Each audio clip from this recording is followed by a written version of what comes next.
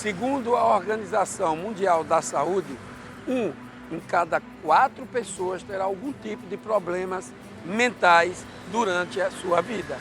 Este é o tema do dia de hoje.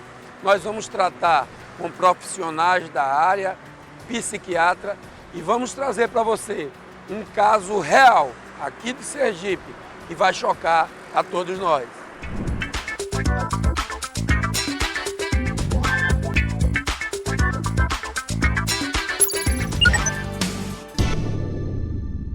Estamos agora com Fred, psicólogo clínico, que vamos conversar um pouco sobre a experiência dele em relação à saúde mental. Fred, no seu consultório, atendendo as pessoas, como nos encontramos aqui em Sergipe, pela procura, essa problemática da saúde mental? Veja, a procura é cada vez maior. O público na sua maioria, feminino, né? Por conta de uma questão cultural mesmo. As mulheres procuram muito mais ajuda, muito mais esse pedido de socorro, de ajuda, mas é cada vez maior, principalmente depois da pandemia, né? O acesso ficou muito mais forte depois da pandemia, a partir do isolamento social e do que desencadeou todo esse processo de afastamento. Como você vê o tratamento ofertado às famílias sergipanas, quer seja do ponto de vista particular, plano de saúde ou SUS, para essa questão da saúde mental? É cada vez mais importante o acesso a esses espaços, principalmente os aparelhos públicos, como a rede de atenção psicossocial, o CAPS, né? Mas a demanda é muito maior do que a nossa oferta, né? Os CAPS eles ainda precisam de mais investimento no sentido da atenção dada a esse público, até porque existe a questão do preconceito, né? O acesso muitas vezes é impedido pelo próprio preconceito. A família muitas vezes não sabe como buscar, como chegar. Então o acesso à informação de quais os aparelhos buscar é uma coisa que precisa ser fortalecida. Os planos de saúde têm dificultado os tratamentos alternativos para a questão da saúde mental também, ou tem tido uma certa facilidade de encontrar esses meios? Que é muito crescente o TOD, que é o transtorno obsessor, e também tem o TDAH, né? Isso tem uma crescente muito grande e os planos de saúde não dão conta. Então muitas vezes a família tem que acessar o particular para tentar depois reaver junto com o plano de saúde, tem alguns casos assim também. A questão da saúde mental do idoso, como é que vocês têm visto esse quadro, né, que você tem acompanhado esse quadro em relação ao idoso? Sim, também é uma crescente, principalmente no público feminino, né, porque como as mulheres historicamente elas se preocupam um pouco mais com a saúde, os homens eles não chegam tanto a essa idade, né, os idosos são mais... Morremos primeiro. Morremos primeiro, nos colocamos em muito mais risco, né. Então, existe um quadro de depressão muito grande entre as pessoas, por conta do contexto da própria solidão, da mudança de vida, né? Então, também um quadro que tem aparecido muito, principalmente pós-pandemia. Que tipo de conselho você dá para a família aí do interior, daqui da capital, que está nesse momento acompanhando, que tem um quadro que necessite de uma ajuda por adoecimento mental? Certo. Primeiro procurar os serviços de saúde do município, né, os postos de saúde para orientação, entender como funciona a rede de atenção psicossocial, quais são os tipos de CAPS que existem naquele município, porque existem perfis, né? Tem um CAPS infantil, tem um CAPS AD, tem um CAPS infantil juvenil, tem um CAPS para adulto, que é para transtorno mental, então existem vários tipos. Então esse tipo de orientação na Secretaria de Saúde, no posto da comunidade, para daí saber como proceder, né? Qual seria o melhor procedimento para a procura de um CAPS, para o diagnóstico, para uma avaliação. Nós estamos vendo uma problemática do fim dos presídios, né, chamados para pessoas com problemas mentais, HCTP. Como você avalia esse fim de uma vez por toda e como a sociedade, você acha que a sociedade vai receber essas demandas e como solucioná-las? A saúde mental ela é envolta com muito preconceito, sempre foi. Historicamente, a pessoa adoecida com algum tipo de transtorno ela sempre foi excluída da sociedade, seja no caso desses dos manicômios judiciários ou daqueles que estão de fato em hospitais que antes do surgimento dos CAPS eram invisibilizados, né? A gente tem o caso mais conhecido que é o Hospital de Barbacena, né, que tem um documentário que é interessante também procurar e assistir, mas eles são pessoas invisibilizadas. Esse público do manicômio judiciário até então estava invisibilizado. Agora eles passam a ser percebidos por essa sociedade, as famílias vão precisar de tempo e de suporte para receber esse familiar que muitas vezes está há anos afastado desse convívio, o vínculo fragilizado. Então, é algo que a gente precisa ter um cuidado e uma atenção, porque vai gerar uma adaptação maior. Olha, é muito complicado, porque a sociedade tem discutido muito isso, em virtude daquele que comete um crime e é doente mental. Ele não pode responder por lei, mas quem vai cuidar dele? Né? Hoje tem esses hospitais, digamos assim, custodiados, ou no hospital geral. Mas, por exemplo, quando ele cometeu um crime com um familiar, como você retorna ele para a sua família?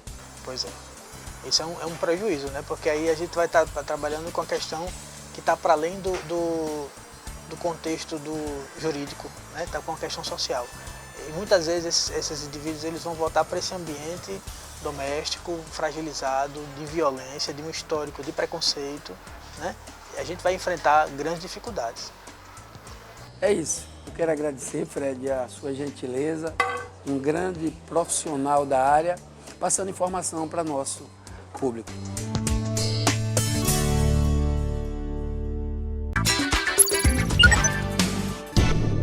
Estamos agora com Dona Flora, que é mãe de Nivaldo, de 57 anos, que tem problemas de sanidade mental e ele é acolhido em casa, acolhido de uma forma fechada. Já procurou CAP, já procurou vários tipos de tratamento e nos últimos 6 anos ele continua na mesma situação, aguardando que as autoridades, que os órgãos públicos solucionem a questão. Porém, hoje e durante esse período, ele se encontra em um quarto fechado. Perguntando agora, Dona Flora, o sofrimento desse tempo que a senhora passou, que a senhora vem passando, que a família vem passando, com esse problema de saúde mental do Nivaldo. A senhora, o que é que a senhora viveu durante esse período todo, esse sofrimento, e o que é que a senhora pode relatar para a gente desse período? Doutor, para ser sincera, eu gosto de falar a verdade. Para mim, o mundo acabou. Graças a Deus que ainda os filhos fazem alguma coisa. Esse está podendo mais. A filha botou o ombro de baixo, remédio, injeção, tudo é ela, limpeza nas casas aqui, lá e tudo. Né?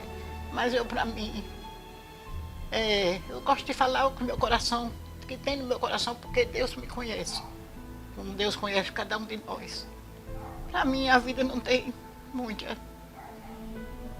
Para mim a vida não tem alegria. Falar para vocês entenderem melhor, alegria, não tem alegria. Às vezes o povo alegre não tem alegria. Ele pra passa mim não tem. Não vou lá mostrar uma alegria a pulso que não vem de dentro. Ele passa o dia todo preso aí no Porque, quarto. é verdade. Depois que ele usou 5 anos o CAP direto, ele ia de manhã, eu levava, mandava um táxi, pagava por mês, aí eles, tudo bem, foi a Justiça de Frei Paulo, para começar, tem muita coisa do começo.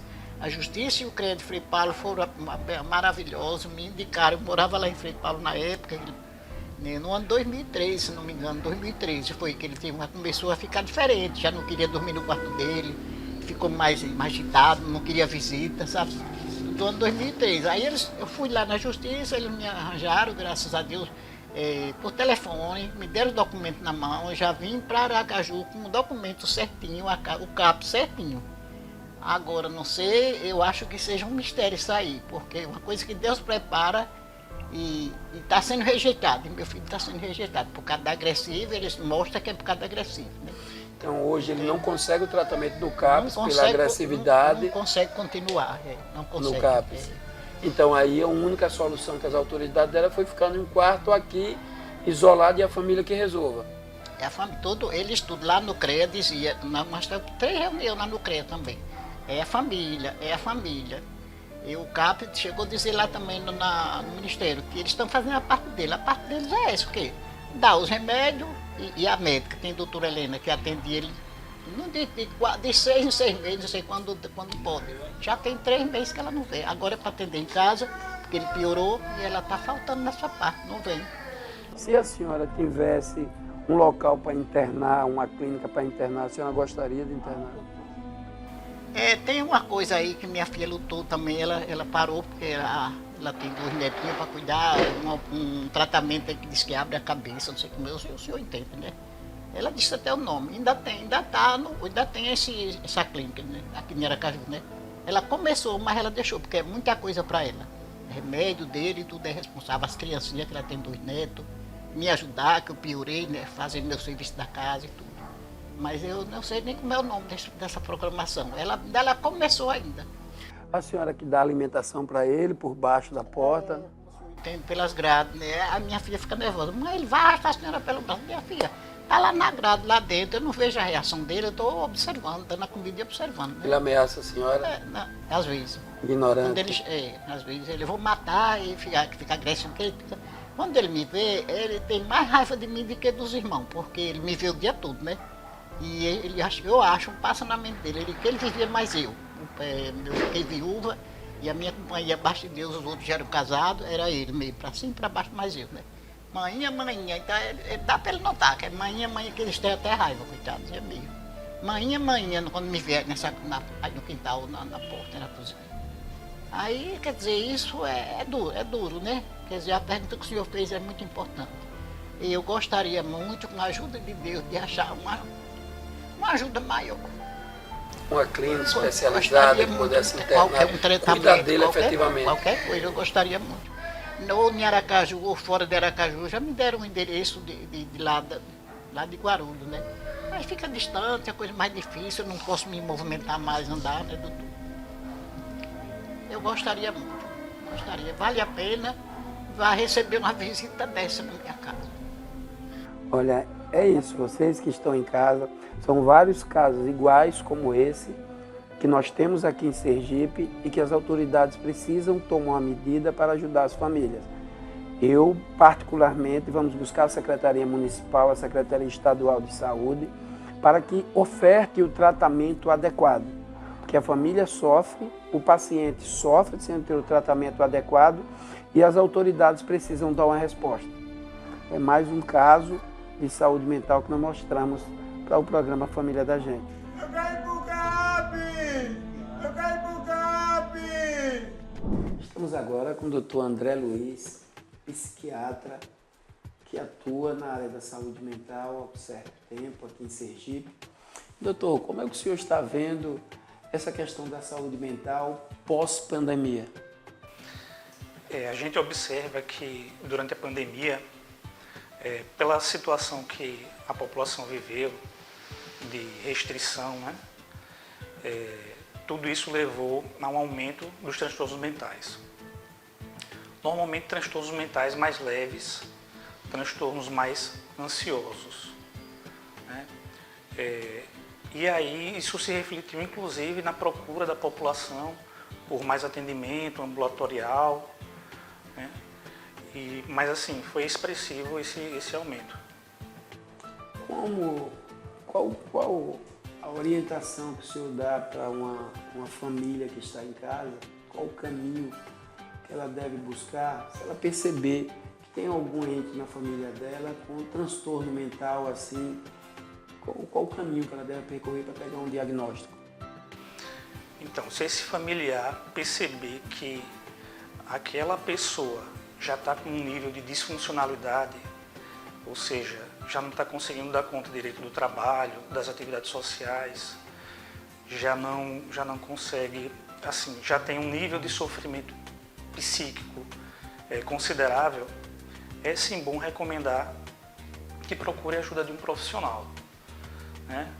A princípio pode recorrer a uma psicoterapia, né, que é esse apoio normalmente feito por psicólogos, mas pode ser imprescindível também a avaliação de um psiquiatra, porque em muitos casos a medicação pode ajudar bastante.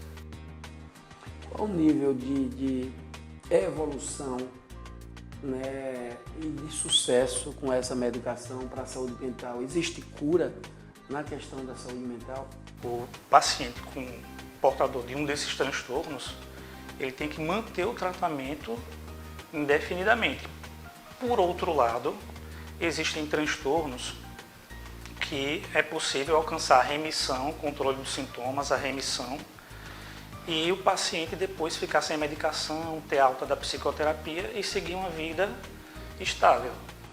Como o senhor vê, agora no mês de agosto, o prazo final para o fim dos hospitais de custódia, que são aqueles adoecidos mentalmente que cometem delito.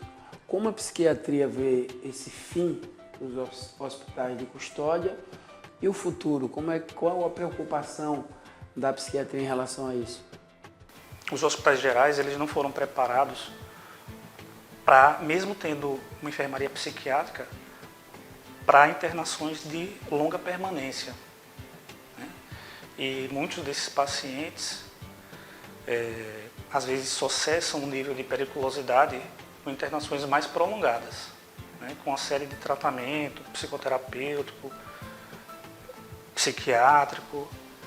Então, e assim, a questão dos CAPs também, absorver essa parte dessa população é complicado, porque a maioria dos CAPs não tem pernoite, né? São CAPs que a pessoa vai só durante o dia, manhã e tarde, basicamente, e essas pessoas em algum momento vão voltar para a família e os familiares podem ter bastante dificuldade em lidar com isso.